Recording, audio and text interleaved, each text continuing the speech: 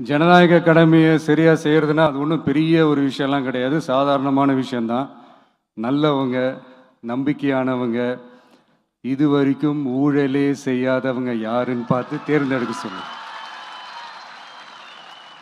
அவ்வளோதான், as simple as that. அதுதான் அந்த கடமை.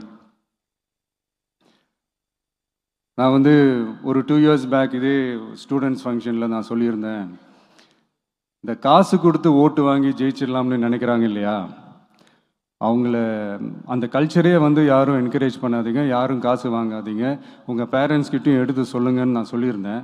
அதை அப்படியே ஃபாலோ பண்ணுங்க. ஆனால் நீங்கள் வேணால் பாருங்கள் அடுத்த வருஷம் என்ன நடக்க போகுதுன்னு.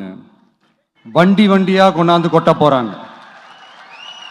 அது அத்தனையும் உங்ககிட்ட இருந்து கொள்ளையடிச்ச பணம் தான். என்ன பண்ண போறீங்க? என்ன பண்ணணும்னு உங்களுக்கு கரெக்டா தெரியும். அது நான் சொல்லிதான் புரிய வைக்கணும்னு ஒன்றும் அவசியம் இல்லை.